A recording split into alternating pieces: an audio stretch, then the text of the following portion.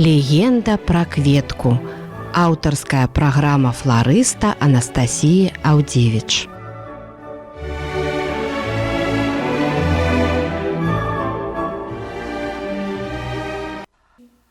Хвала Христу, паважаныя слухачы і гледачы YouTube-канала Радыё Марыя. З вами не ў студыі Анастасія Аўдзевіч.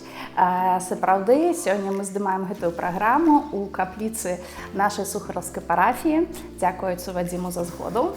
А пакуль што на радыё ідзе рамонт, і я разлічваю, што ў хуткім часе мы ўжо будзем сустракацца з вами менавіта ў новай прыгожай студыі уладкаванай. Сёння у нас ліпень на дварэ. Напэўна, хтосьці ўжо паласаваўся гэтымі ягадамі і нават забыў пра іх, а хтосьці яшчэ працягвае іх збіраць ды рабіць усялякія прысмакі, бо размова у нас пойдзе сёння пра трускаўку. Дарэчы, размаўляць мы ўвогуле будзем пра гэтыя ягады: трускаўка, або суніца, або клубніцы, бо ўсе гэтыя ягады з'яўляюцца сапраўднай эмблемай Маці Божай. Праграма пабудавана, канешне, больш арыентавана на гледачоў, бо мы будзем глядзець абразы, выявы Маці Божай, будзе шмат прыгожых мастацкіх карцін і вельмі мала батанікі. Таму запрашаю ў такое падарожжа. Калі мы кажам пра карціны, пра выявы, пра абразы, то, дарэчы, заўжды яны былі напісаны для людзей, якія, па-першае, на той час не ўмелі нават чытаць. Таму людзі павінны былі бачыць расліны ці нейкія там колеры і сэнсаваць, што ж гэта прамаўляе мастак, малюючы тую ці іншую нейкую біблейскую сцэну, ды малюючы ўвогуле, напрыклад, на свяцейшую панну Марыю. Ёсць справы вельмі простыя. Напрыклад, блакітны колер – гэта колер найсвяцейшай панны. Дарэчы, цікавостку, чаму яна малявалася ў блакітным такім колеры, або блакітная фарба была самая дарагая. Раней, да, вось сярэднявечча, панна Марыя заўжды была ў чырвоным, такім каралеўскім пурпуры, але потым з'явілася больш дарагая фарба, чым чырвоная, блакітная, і панна Марыя ў нас перапранулася ў блакіт. Але на карцінах гэтых, на абразах павінны былі быць тыя ці іншыя расліны, якія бы прамаўлялі вельмі яскрава пра тое, што мастак хоча нам распавесці, і хто гэта намалёван. І, канешне, з'яўляецца сімволіка. З даўніх часоў вось гэтыя суніцы або клубніцы, яны узбагачалі хрысціянскую сімволіку і сэнсаваліся менавіта з найсвяцейшай паннай. Мы можам пабачыць суніцы на такіх абразах, як праца Яна ван Эйка, Мадонна каноніка Вандерпале, ці увогуле існуе абраз, які так называецца Мадонна з суніцай. Яна такая прыгожая, сядзіць у садзе і уквітнеючымі пад яе нагамі намаляваны суніцы лісця, ды і самі ягадкі. Як так сталася, што суніца стала сэнсавацца менавіта з паннай Марыяй, я распавяду крыху далей. А ўвогуле суніца мела такі досыць багатую хрысціянскую сімволіку. Па-першае, калі паглядзець, гэта 3 ліста. Яны заўжды сімвалізавалі Тройцу, Найсвяцейшую Тройцу. Па-другое, 5 пялёстак мае кожная кветачка. Гэта сэнсавалася вось людзьмі, што гэта 5 ран на целе Хрыста. Ну і сам колер гэтай ягады чырвоны сведчыла вось пра нейкі кроў Хрыста, неяк так людзі сэнсавалі. І з цягам часу ўсё больш і больш неяк суніцу пачалі суадносіць да найсвяцейшай панны. Нараджаліся шматлікія прыгожыя легенды. І трускаўка, або суніца, або клубніца, яна стала сімвалам такой праведнасці найсвяцейшай панны, ды ўвогуле яе здольнасці да дзетанараджэння. І таму абавязкова сярэднявечча, такая нават эпоха адраджэння, абавязковы такой сімвал вось гэтых цнот, сунічка малявалася пад нагамі найсвяцейшай панны. Дадаткова суніца была сімвалам чысціні, сімвалам пакоры, сімвалам сціпласці і, як кажуць, абсалютнай праведнасці. Ёсць, канешне, шмат хрысціянскіх легенд, які датычацца гэтай суніцы або клубніц, ну, увогуле гэтых ягад. Ёсць легенда, якая распавядае нам пра тое, што маленькі Езус гуляў па лесе, бачыў гэтыя кветкі, лісце, ён да іх дакранаўся, хадзіў па ім. І вось там, дзе былі менавіта дотыкі да расліны, спачатку былі кветкі з белымі 5 пялёсткамі, а потом такі духмяныя ягадкі чырвоныя. І менавіта вось гэта такі быў нагад пра яго будучыню. Вось так мы атрымалі гэту расліну. Па-другое, лічыцца, ёсць прыгожая легенда, якая распавядае, што гэтыя ягады, яны растуць на такой нябесны шлях нібыта. Так? Вось той шлях, калі чалавек трапляе на неба, у дарозе ён можа супыніцца ды паесці іх. То есть гэта такая ягада шляху ў нябёсы. Цікава яшчэ і тое, што суніца, яна заўжды лічылася ежай такой людзей выратаваных. Ой, трэба мне ўжо лагапеда. Вось. Бо сэнсавала тое, што неяк так здарылася, што гэта ягада расла менавіта ў раі, у гэтым эдэмскім садзе, а потым выпадкова трапіла да нас на зямлю. І вось ужо гэта такая райская ягада, райская ежа. А чаму ў раі яна там была? Бо Маці Божая збірала вакол сабе дзетак, душы гэтых памерлых дзетак, і вадзіла іх збіраць гэтыя суніцы, каб яны ўсе ласаваліся. Вось такія хрысціянскія легенды маем. І трускаўка, суніца, яна была вельмі папулярная, ажно да 12 стагоддзя. А потым яе папулярнасць пачала падаць, бо пачаліся шматлікія забабоны. Але забабоны, яны былі больш такія асноўныя на рэальных падзеях. І вось гэты сімвал праведнасці і дзетанараджэння паступова яго значэнне змяняецца. Напрыклад, вось улюбёная моя святая зялёная манахіня Хільдегарда фон Бінгенская, нават яна ў сваіх працах пісала, што не трэба ласавацца суніцамі, бо гэтыя ягады растуць на зямлі, на доле, а там поўзаюць усялякія змеі і скачуць жабы.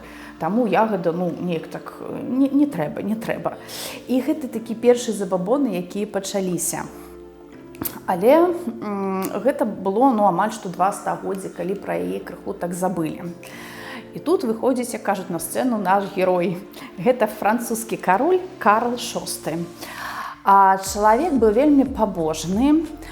І апрэч таго, што пабожны быў, ну, не тое, што выдатны мастак, але вельмі любіў маленькія мініяцюры на біблейскія тэмы, вельмі шанаваў Маці Божаю, дарэчы, і вельмі любіў суніцы. І такая ў яго была любоў, якая мела нават фізычныя выявы. Да? Ён пасадзіў сад, ну, заклаў такі сад вялікі, дзе расло ажно 12 000 кустоў гэтай трускаўкі. З-за любові яго да гэтай ягады трускаўка зноў трапляе на абразы ды на выявы з яго такой нагоды. І цікава, што тады ў еўрапейскім мастацтве пачалі з'яўляцца маленькія карціны мініяцюры Маці Божай. Я іх спампавала, іх можна будзе паглядзець, як гэта выглядала. І ўсе гэтыя вось маленькія карцінкі, яны багата ўпрыгожаны гэтымі ягадкамі, дзякуючы менавіта гэтай гістарычнай асобе. Усё гэта выглядала досыць так цікава, што квітнеючы сад з ягадамі, так? Ягады маляваліся побач не толькі з Паннай Марыяй, але нават на дрэвах. Вось нібыта трускаўкі растуць на дрэвах. Ну так ужо хацелі мы тагачасныя мастакі усюды ўставіць гэты сімвал Маці Божай. Вось яна там і ўся ў ягадах. І зноў ж такі звяртаецца гэты сімвал, што тое, што гэта нейкая такая пакора Маці Божай. Тое, што гэта яе цноты. Не гледзячы на тое, што ягады хіляцца да бруднай зямлі.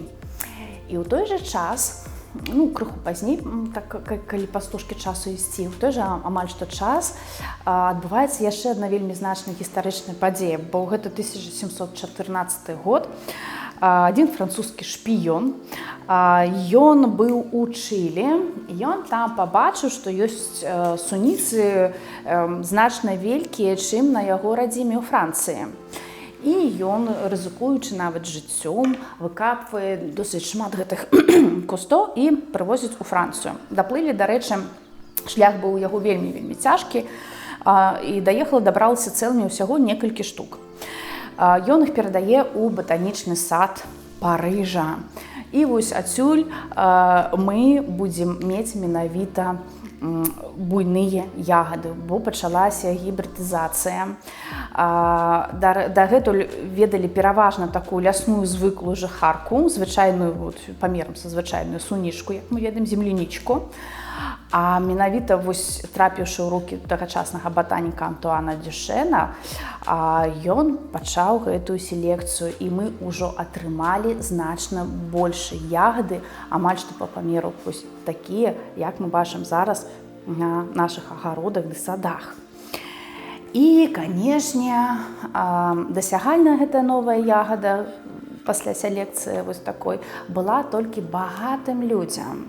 Таму простыя людзі маглі толькі чуць пра яе, што ёсць суніцы такія вялікія, такія буйныя, а самі яе ніколі не ўжывалі і не ласаваліся, і не карысталіся. І вось менавіта, я лічу, з гэтага моманту можна казаць, што мы набываем яшчэ і новы такі сэнс трускаўкі, суніцы, вось які будзе звязаны ўжо з пакусамі і грэхападзеннем. Так, дагэтуль была эмблема Маці Божай, а зараз атрымоўваем, што гэта будзе сімвал спакусы. Найбольш яскрава пра гэта нам паведамляе карціна Іераніма Босха «Сад зямных асалод». Гэта трыпціх, 3 карціны ў адной, і там адлюстраваны такія грахоўныя запалы, асабліва ў цэнтральнай часткі гэтага трыпціха. Я спампавала, крыху гледачам шанцую больш, чым слухачам можна паглядзець. Вось там мужчына абхапіў велізарную ягаду, упіўся ў яе зубамі. Тут пад разгалістым дрэвам нейкі хлапец частуе дзяўчыну, якая сядзіць на траве. Там на лужку размясцілася група людзей, якая спрабуе утрымаць гэтую велізарную трускаўку. Вось якія ж ўсё-такі сэнсы, значэнні ўкладаў Босх менавіта ў гэтыя сцэны. Уся гэтая трускаўка, яна сімвалізуе грэх вельмі так ярка і дакладна. Для мяне, дарэчы, вельмі дзіўна, што тагачаснае духавенства неяк, так і кажуць, прапусціла цэнзуру, такую не зрабіла гэтай карціне. Бо сад зямных асалод Босха, ён адлюстроўваў плоцкае каханне, якое часам сэнсавалася з блудам. І вось гэтыя клубніцы, гэтыя ягады, яны былі менавіта сімвалам граха, такіх бязладных сувязяў, і вельмі ярка гэта ўсё адлюстроўвалася. І чаму кажу, вось як так духавенства прапусціла, бо сапраўды у тыя ж часы тая ж суніца ўсё ж такі яшчэ эмблема Маці Божай, а тут вось гэту эмблему так скарысталі з боку погляда граху. І сапраўды людзям гэта карціна вельмі падабалася, бо трускаўка, як я ўжо казала, была недаступна простаму люду. Гэта была такая любата багатай бесклапотнай жыцці, вышэйшага грамадства. Вось, і людзі абазляліся. І яны лічылі, што неяк так трэба падкрэсліць гэта, тое, што багатыя людзі жывуць у граху найчасцей, чым простыя і бедныя. І ў той жа час тое, што суніца, гэта эмблема Маці Божай, працягвае існаваць. Ёсць Іеранім Босх з яго карцінай «Сад зямных асалод», і прыблізна ў той жа час малюецца маленькі райскі сад. Я яе таксама спампавала. Можна пабачыць, гэтая карціна мне вельмі падабаецца. Я бы казала, што гэта любавая, даже нават быў нейкі такі час, яна стаяла ў мяне на застаўкі ў тэлефоне. Слухачы яе не бачаць, таму я вельмі караценька, але паспрабую распавесці, што ж там намалявана. Гэта сад нябесны, дзе сядзіць панна Марыя. Яна там знаходзіцца ў гэтым садзе побач з паненкамі ды панамі. Дзіва тое, што на карціне няма ніводнага ценю, ніводнага, а значыць, няма там ні добра і ні зла. Забаронены плён, які сабраны з дрэва пазнання, ён проста ляжыць на століку побач з паннай Марыяй.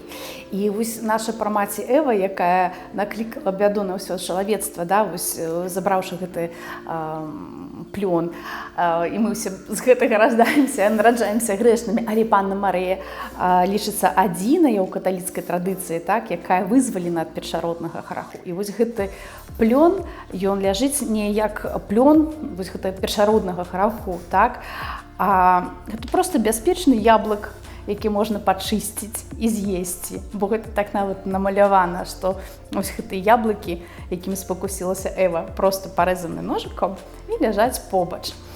Там спяваюць птушкі, там квітнеюць найвыдатнейшыя кветкі. Гэта і вясновыя прымулы, і летнія там ружы, ландышы, лілеі. Амаль што ўсе, як кажуць, марыйныя кветкі, усе мы там можам пабачыць. Там ёсць і святыя панны. Дарэчы, зараз разабраць, хто з іх цяжка, а вось ужо паноў адрозніць неяк лягчэй. Па меншай меры дзве асобы мы дакладна ведаем. Там ёсць архангел Міхаіл, а у яго ног сядзіць павержаны ім сатана. І, дарэчы, цікава, што майстар намаляваў гэтую сатану, як маленькую малпачку. Гэта не страшэнна, калі параўноўваць сатану і простага архангела Міхала нашага. Побач ёсць святы Георгій драканаборац. І таксама вось гэты дракон, дохлы цмок, які ляжыць у яго ног, ён выглядае хутчэй такім смешным, чым страшным. Гэта ўсё паказвае нам, што сапраўды ў садзе, дзе ёсць панна Марыя, пануе любоў. Там няма зла. Там толькі любоў, бяспека і такое лагоднае становішча для ўсіх. Няма ніякіх страшных падзей. Зноў ж такі, вельмі ўсіх заахвочваю палюбавацца на кветкі ў садзе гэтай нябеснай царыцы і вось натхніцца такой добрай, вельмі проста намаляванай карціне, абразе, дзе ёсць стан спакою і ціхамірнасці. Але, зноў ж такі, вернемся да сэнсу трускаўкі. Статус раскошы, такой высакароднасці. Людзі захапляліся сімвалам тое, што гэта сімвал найсвяцейшай панны, нябеснай царыцы, і неяк хацелі самі узвысіцца. Таму трускаўка, менавіта яе лісце найчасцей за ўсё, пачынае з'яўляцца на гербах, на каронах і гэтак далей. Калі ўжо так гістарычна слажылася, што чалавек ужо не мог дадаць нейкі там герб, упрыгожыць яго, то хоць нейкі словы ўстаўлялі там суніцы. Простым такім яскравым прыкладам ёсць вельмі прыгожы дом, гэта нават не дом, гэта віла ў стылі такога гатычнага адраджэння. Месціцца яна ў Англіі. Дарэчы, можна паглядзець, як выглядае гэтая віла. Але гэта просты, вялікі, сапраўдны дом. І называецца ён дом на сунічным пагорку. Вось чалавек, які яго будаваў, ён меў досыць высокае такое палажэнне ў грамадстве і, желаючы неяк так узвысіцца, не маючы там ніякіх суніц, будуючы новую такую вілу, ён увогуле хоць дом называе дом на сунічным пагорку. Стрэдбері Хіл Хаус энд Каден. І ён сапраўды зараз існуе ў Англіі. Дзверы былі адчынены на працягу ўсіх 250 гадоў з моманту пабудавання гэтага дома. Вось, і мы маем нават такія архітэктурныя шэдэўры ў гонар гэтай суніцы. Калі мы кажам яшчэ, сканчваючы такую мастацкую тэму, так, ёсць у праваслаўных вельмі такі цікавы, вельмі паважаны, шанаваны ціхвінскі абраз Маці Божай. І ў народзе ёсць такая ціхавостка, што калі шануюць менавіта гэты абраз Маці Божай ціхвінскай, ён супадае з днём памяці прападобнага Давіда Салунскага. І вось па народным календары гэты два святы супалі. І ў гэты ж дзень, менавіта на дзень іконы Ціхвінскай Божай Маці, людзі ішлі, дзяўчаты, ў лес збіраць суніцу і загатаваць вось лісце для гарбаты на зіму, бо лічылася, што менавіта ў гэты дзень будзе расці менавіта тая суніца, якая будзе аднаўляць кроў. І цікава, што ў такім народным календары мы маем дзень не толькі ціхвінскай іконы, так? Але кажуць ціхвінская ягадніца або ціхвінская сунічніца. І нават кажуць, што гэты препадобны Давід Салунскі, ён Давід Сунічнік. Тым атрымоўваем, што суніца мае нават свой святы дзень, калі можна так казаць. І прымаўкі вельмі цікавыя. У дзень з'явы ціхвінскай іконы Багародзіцы, кажа, суніца заспявае, чырвоных дзевак у лес па ягады кліча. Вось, на гэтым мастацтва мы пакуль што пакінем і дадам крыху такіх цікавостак батанічных. Бо сапраўды так сталася, што навукоўцы дакладна даследавалі тое, што суніца вядома нам прыкладна з крэйдавага перыяду, мелавой перыяд. Такім чынам, больш за 60 мільёнаў гадоў таму суніца ўжо існавала. І дакладна вядома, што гэтай ягады ласаваліся дыназаўры і іх сучаснікі. Хто там з імі хадзіў на той час па зямлі. Цікава, што першыя ўзгадкі, некія малюнкі даходзяць да першага стагоддзя ўжо нашай эры. І цікава тое, што першыя навукоўцы, напрыклад, як там навукоўцы двухкосці Віргілій ці Авідзій, яны ўвогуле пісалі пра суніцу як пра дэкаратыўную ягаду, а не як пра ежу. Вось, першае такое батанічнае апісанне дае ёй у 16 стагоддзі Еранім Бок. І, дарэчы, гэта святар, манах, лекар. І па сумяшчальніцтве ён быў даглядчыкам батанічнага сада. І менавіта ён прыдумаў вось тую лацінскую назву для суніцы, якую мы ўсе ведаем. Гэта адбылося дакладна вядома 1553 год, і даў ён назву ёй фрагарія, што па-лацінску азначае духмяная, пахучая. І сапраўды тады ягадкі ўжо былі досыць распаўсюджаны, і, як я ўжо казала, ўжо ў хуткім часе мы атрымаем самы знакаміты гібрид. Дарэчы, тое, што мы называем зараз клубнікай, вось клубніка, гэта сапраўдная суніца, это сапраўдная земляніка. А тое, што мы называем суніцай, землянікай, гэта і ёсць клубніка. Вось батанічна гэта так. Гэта земляніка, а маленькая гэта сапраўдная клубніка. Як так атрымалася? Гібридызацыя. І неяк так з ходам часу гэта зацуралася, але вось што маем, то маем. Суніца, дарэчы, як і, напрыклад, яблыня, яна належыць да сямейства разацветных.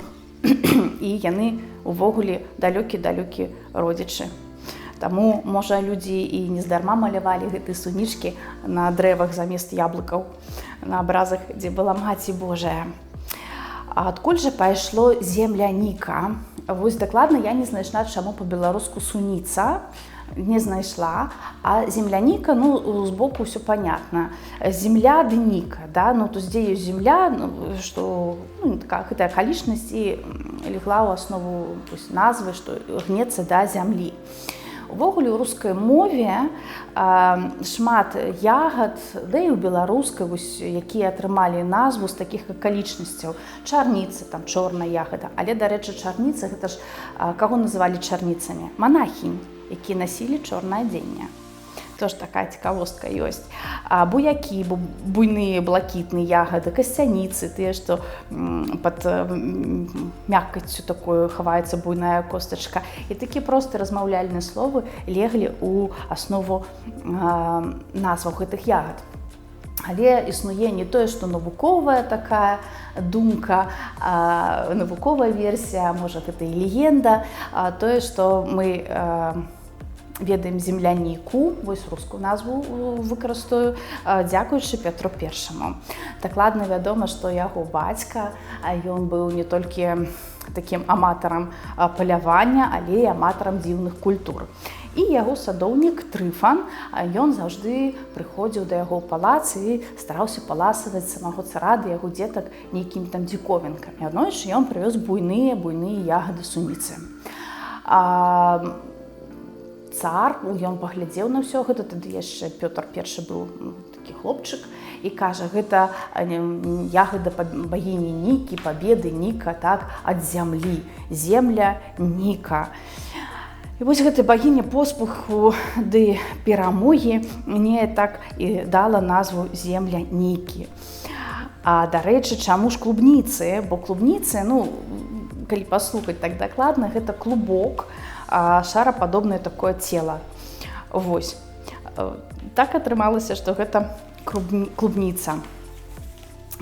Далей, працягваючы апавядаць, хачу прыгадаць, што насенне, якое мы бачым на паверхні трускаўкі, гэта, простым мовай кажучы, не сапраўднае насенне. І ўвогуле ягада вось гэтая, так, прыгожая, вялікая, гэта не ягада. Батанічна гэта не ягада, гэта разрослая цветаложа. А тое, што мы бачым на паверхні, гэтыя маленькія зярняткі, гэта ўвогуле не зярняткі, гэта называецца арэшкі. Вось гэта плод арэшкі, і вось яны з'яўляюцца такім а-ля насеннем. Таму батанічна ягада суніцы гэта ілжывы плод. Вось. Так мы атрымоўваем тое, што гэта ілжывая ягада, якая ўвогуле клубніка, не клубніка, суніцы, не суніцы. Канешне, пра тое, што яна аматарка ў перамены месца, тое, што яна доўга не расце на адным месцы, трэба яе перасаджваць, амаладжваць. Дарэчы, ва прыродных умовах яна сама з гэтым зусім спраўляецца, дзякуючы, як мы кажам, вусам. Пра гэта я ўжо распавядаць не буду, бо лічу, што гэта ўсё вядома ўсім маім слухачам і гледачам. Але хачу распавесці яшчэ адну вельмі такую страшэнную гісторыю. Дарэчы, так сабе ўвасабляла, ці трэба яе распавесці ці не, але ўсё ж такі распавяду. Бо, на мой погляд, яна фантастычная. Пойдзе яна заснавана на рэальных падзеях, дарэчы. Пойдзе гаворка пра каралеву Вікторыю, англійскую, вядомую, якая дала назву цэлай эпохі, віктарыянскай эпохі, і яе мужа Альберта. У іх было шмат дачок. Адна з іх, Аліса, яна выходзіла замуж за прынца Гессенскага. З першага боку погляду ўсё добра атрымоўваецца. Але прынц быў не надта, як кажуць, багаты ды вядомы, калі павярноўваць яго з самой прынцэсы Алісы. Але што рабіць, не сядзець прынцэсе ў дзеўках, трэба хоць за кагосьці ісці замуж. Вось знайшлі прынца. Яе бацька, кароль Альберт, жадаючы зрабіць такі шлюбны ёй падарунак, замаўляе ёй карону або тыяру. І каб яшчэ больш узвысіць яе над яе будучым мужа, ён замаўляе, каб гэтая тыяра мела такі выгляд сунічных лісцікаў, каб там была гэтая сімволіка.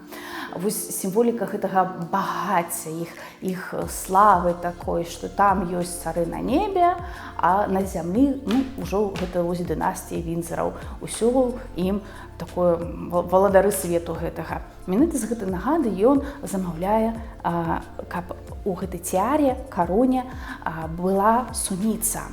Не ягадка, менавіта ліст. І, дарэчы, гэтая тыяра, я спампавала, як яна выглядае. Яна атрымоўвае назву тыяры з сунічным лістом. Гэта яе афіцыйная назва. Яе яшчэ потым будуць называць гессенскай дыадэмай. Дарэчы, тоже такое ёсць. Але крыху пазней яе будуць проста зваць прывіднай тыярай, бо яна будзе прынасіць няўдачу амаль кожнай жанчыне, якая будзе ёй валодаць. Нібыта даказваючы тое, што царыца нябесная ў нас адна, і ўвогуле царыца каралева гэтага сусвету адна, і яна неземная дзяўчына. Замовілі гэтую тыяру, яе зрабілі, яна вельмі прыгожая, вельмі дарагая, з каштоўных камянёў. Адгулялі шлюб. У хуткім часе памірае хто? Бацька гэтай дзяўчыны, кароль Альберт. Гэтую тыяру ўжо каралева гессенская, гэта дзяўчына Аліса насіла не шмат. Адзявала яе толькі на нейкі там такі велізарныя імпрэзы ды прыёмы, а так яна пылілася дзесьці там, як кажуць, у шафе. Праз 17 гадоў яна пачынае яе ўжываць. І тут пачынаецца. Частка іх дзетак памірае ад дызентэрыі. Напаткала гэтая хвароба вось гэтую сям'ю, сама каралева Аліса даглядала захварэўшых дзетак і сама пацапіла гэтую заразу, захварэла і памерла. Адзіны сын памірае ад гемафіліі, і ў яе, яна памірае сама, гэтая валадарка гэтай тыяры, застаюцца толькі 2 дачкі і 1 сын. 2 дачкі гэта Алекс і Лізавета. Дарэчы, і адна, і другая потым трапяць у Расію. Элізабет, яна стане Елізаветай Фёдоравнай, жонка вялікага князя Сергея Александровича, які загіне на Краснай плошчы ад рук тэрарыстаў, і яна потым будзе чарніцай, манахіняй. А другая, як вы ўжо здагадаліся, будзе Александрай Фёдоравнай, апошняй імператрыцай Расійскай імперыі. Вось такі лёс у яе дачок. А гэтая карона з сунічным лісцем трапляе да яе сына, да прынца Эрнста. Ён ажаніўся першы раз, на жаль, жонка памерла. Дачка памерла, жонка памерла, ён ажаніўся потым другі раз, ужо ў гэтай тыяры новая ўладарка. Дарэчы, скарачу свой аповед, гэтая прынцэса, яна таксама закахалася ў гэтую тыяру і нават жадала яе так насіць ёю. І ў гэтым шлюбе ўсё было збольшага проста добра, нарадзілася 2 дзяцей, адзін з іх прынц, як разумела, і ён будзе новым уладаром гэтага ўпрыгожвання. Ён таксама ажаніўся, і гэтая тыяра пераходзіць да яго новай жонкі. Гэта была грэцкая прынцэса Сесілія. І вось яна таксама захапілася прыгажосцю гэтай тыяры з сунічным лістом. Яна заўжды ў ёй красавалася, шмат фотаздымкаў, дзе яна ў ёй, на ўсякіх парадах, балях і гэтак далей. І вось прыходзіць дзень, травень 1937 года, калі яна будзе адзяваць яе ў апошні раз. Гэта будзе каранацыя Георга VI у Англіі, а ўжо у хуткім часе, у лістападзе, адбудзе жудасная рэч. Яна са сваёй сям'ёй, са сваім мужам, вось гэтым прынцам гессенскім, са сваімі дзецьмі, са сваёй маці, яны сядуць у самалёт, 1937 год. Яна ў цяжарным стане. Селі яны ў самалёт у Франкфурце на Майне, адляцелі крыху далі ад аэрадрома, і самалёт разбіваецца.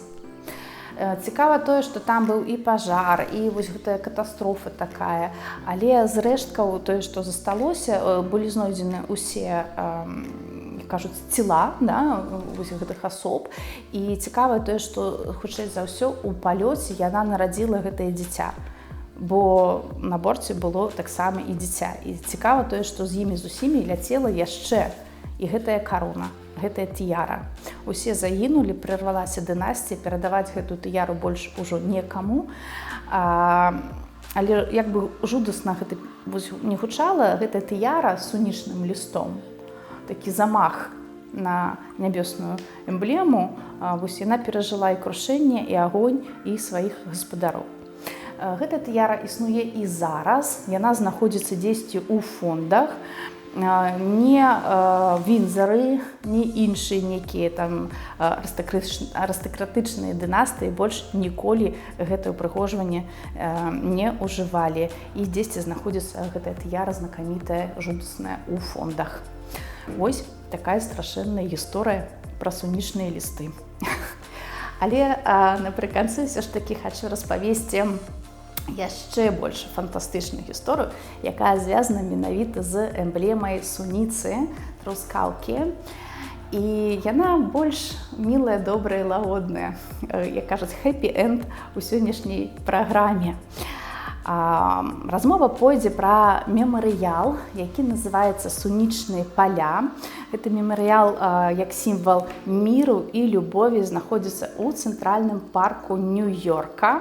І аддае ён такую даніну павагі нябожчыку, бітлу Джону Ленану, які ў свой час напісаў песню «Землянічныя сонечныя паля назаўжды» «Strawberry Fields Forever».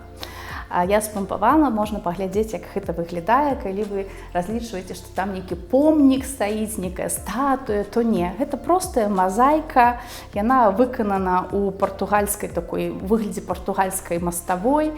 Гэта проста невялічкі кавалак зямлі з гэтай мазаікай, нават так. І пасярэдзіне напісана адно толькі слова «imagine», англійскае слова, якое сэнсуе «уяві», перакладаецца як «уяві». Гэта таксама з адной з песен Джона Ленана. Але чаму, калі людзі стваралі помнік Джону Ленану, ён незвычайны, гэта мазаіка, адно толькі слова «уяві», і называецца гэты помнік сучасныя сонечныя палі Джона Ленана.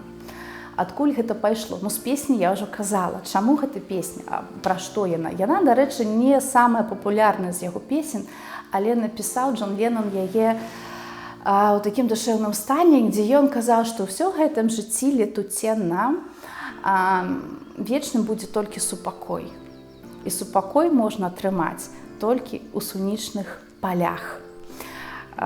І гэта быў такі прыпеў, дзе ён заўжды казаў «сонечныя палі назаўжды, forever». Калі углядзецца, з чаго ён гэта ўзяў, то гэта вельмі біяграфічны такі факт з яго жыцця. Бо мала хто звяртае ўвагу на тое, што Джона Ленана гадавалі не бацькі, а яго цётка, і адносіны ў іх былі не досыць мяккімі, а хутчэй жорсткімі. І каб неяк так, як кажуць, размагніціцца, ён збягаў ад яе і бегаў сучаснай мовай, гэта гучала бы як исправительны дом. Сучаснай мовай. А тады гэта быў такі пансіянат для дзетак, пакінутых бацькамі. І ён туды збягаў, бо там ён меў гэты супакой. Толькі там ён быў адзін, сам насам ці са сваімі сябрамі. І вось гэта была такая праз усё жыццё працягнутая такая чырвоная гэтая стужачка, нітачка, якая распавядае нам пра тое, што там ён быў у супакою, і менавіта ў гэтым супакоі, не маючы нічога, ні грошай, ні славы, ён быў шчаслівы. Але спытаеце вы, пры чым здесь гэтая суніца? Справа ў тым, што вось гэты исправительны дом, ён знаходзіўся ў вельмі старым доме віктарыянскай эпохі, і гэты дом называўся «Сонечная паляна». Збегаў ён у сад пры доме, які называўся «Сонечная паляна». А чаму «Сонечная паляна»? Таму што гэты дом калісьці пабудавалі манахі, пабудавалі як прытулак таксама для дзетак, і ў гонар Маці Божай, тое, што яе эмблема гэта суніцы, назвалі гэты дом «Сонечная паляна». Вось так мы атрымалі такі мемарыял. І, дарэчы, калі быў тэракт 11 верасня, то менавіта да гэтага мемарыяла прыходзілі людзі са свечкамі, там зладзілі адчуванне за гэтых бязвінна загінуўшых людзей. А зараз, калі сабраць усё ў адно, вось як гэта фантастычна гучыць сапраўды.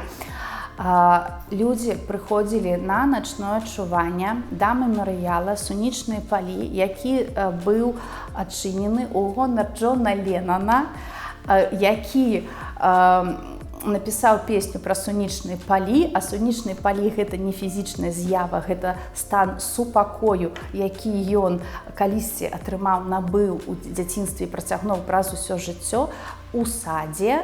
Гэта ўсё адбылося пры выхавальным доме, які меў назву «Сонечныя паля», а гэту назву далі манахі ў гонар Маці Божай.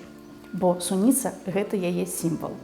Паглядзіце, колькі ўсяго, усялякіх гэтых момантаў заходзіцца ў адным месцы.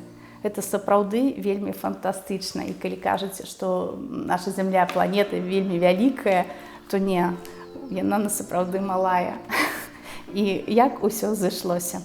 Вось так суніца, як сапраўдная эмблема Маці Божай, мае зараз свой мемарыял. Зараз у такім сучасным выглядзе. Гэта мемарыял міру, добра, любові, пакоры і супакою. Вось. Чаго усім вам і жадаю міру, добра і супакою. На гэтай ноце буду з вами развітвацца. До новых нашых сустрэч. З вами была Анастасія Аўдзевіч.